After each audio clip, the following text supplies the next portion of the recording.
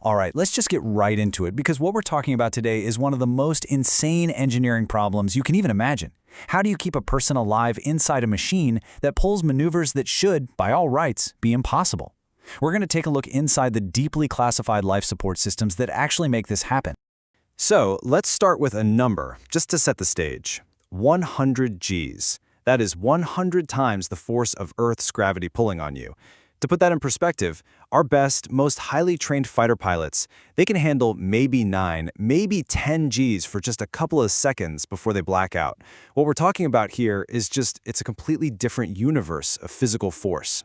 And look, let's be totally clear about what this means. This isn't just about passing out. At 100 Gs, the human body, which, is mostly water with pockets of air, it wouldn't just fail, it would be catastrophically destroyed. Your lungs would instantly collapse, your heart couldn't even begin to pump blood. It's an environment that is, in every sense of the word, unsurvivable. So there it is. That's the huge question, right? That's the central mystery we're unpacking. How do you take a fragile human being and stick them in the middle of a machine that generates these kinds of forces and have them come out the other side?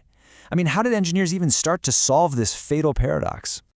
Well, the first piece of the puzzle, the first layer of the solution, comes from the world of fluid dynamics. To protect the pilot from all that external force, the engineers came up with something called the Liquid Immersion Solution. And you can see on this slide, this is a total paradigm shift.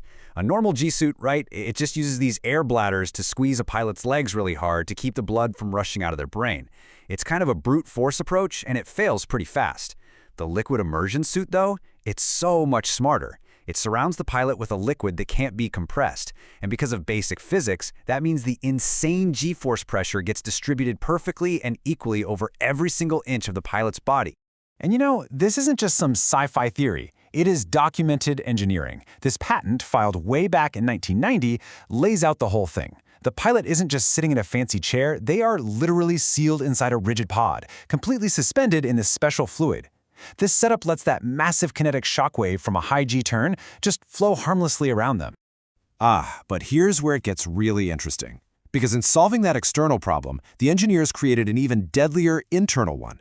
This brilliant solution actually introduces a new and completely fatal paradox. So, here's the problem. Think about it. Your body is now encased in this high-pressure, incompressible liquid. But what's inside your lungs? Low-pressure, very compressible air. The instant those G-forces hit, the external pressure would crush your ribcage inwards like a tin can. The very solution designed to save you would kill you just as quickly as the G-forces themselves. So, to solve this problem, the engineers had to do something that sounds like it's straight out of a horror movie. They had to get rid of air completely. And that brings us to the next, and frankly most radical layer of this whole system, the concept of breathing an unbreathable fluid. The technology is called total liquid ventilation, or TLV for short.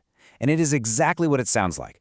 The pilot's lungs are deliberately and completely flooded with an oxygen-rich liquid, a type of medical-grade chemical called a perfluorocarbon, or PFC.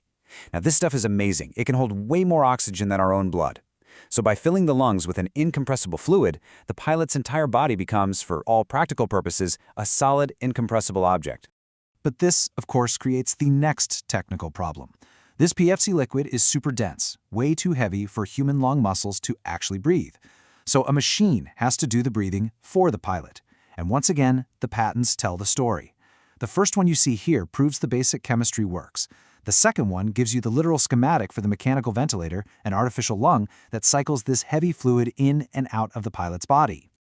Okay, so let's recap. Our pilot is now floating in a pod, breathing liquid, totally sealed off from the outside world. There are no big, bulky air tanks. So the question becomes, how does this system keep providing oxygen and getting rid of toxic CO2 for any length of time? Well, this is where the engineering starts to feel less like science and more like alchemy. See, the system doesn't carry air. It carries a tiny, miniaturized chemical refinery. In this incredible closed loop, the pilot's toxic exhaled carbon dioxide isn't waste. It's not something to be scrubbed and thrown away. It's actually the raw ingredient for a chemical process that creates fresh oxygen, and get this, even fuel for this system itself. It's a perfect little three-step circle. First, the pilot's CO2 gets piped into a super hot oven called a Sabatier reactor. This reactor bakes the CO2 and turns it into water and methane. Second, a device called an electrolyzer zaps that water with electricity, which splits it into breathable oxygen for the pilot and hydrogen gas. And then third, and this is the genius part, to keep the whole system running, a microwave unit breaks down the methane to get even more hydrogen, which then fuels the reactor. It's a self-feeding loop. And again, just to be clear, none of this is theoretical. Every single piece of this self-sustaining little biosphere is a real patented technology. You've got the Sabatier reactor to break down the CO2, the solid-state electrolyzer to make the oxygen, and the microwave plasma unit to harvest the hydrogen fuel. It's all just sitting there, right in the public record. So what we have is this mind-blowing, self-contained piece of machinery. But we've been talking about the hardware this whole time. What about the human being? What does all this mean for the person who is literally at the center of it all? This brings us to the final and I think most chilling part of this whole story, the pilot in the jar. Yeah, the source material is really, really clear on this point. You have to just completely erase that image you have in your head of a cool pilot in a flight jacket. The reality of this is something far stranger and way more invasive. Let's just lay out the facts of what this existence is like. The operator is completely submerged in a thick fluid. Their lungs are filled with a synthetic liquid that they physically cannot breathe on their own.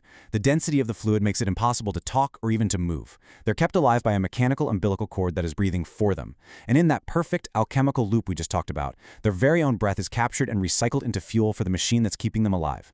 And this really is the only conclusion you can draw from the engineering. The pilot isn't really a pilot anymore.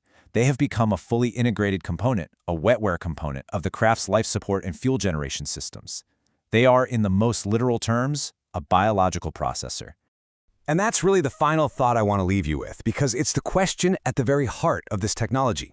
When you have a system that is this intertwined, this symbiotic, if the machine breathes for you and your breath literally fuels the machine, where exactly does the human end and the hardware begin?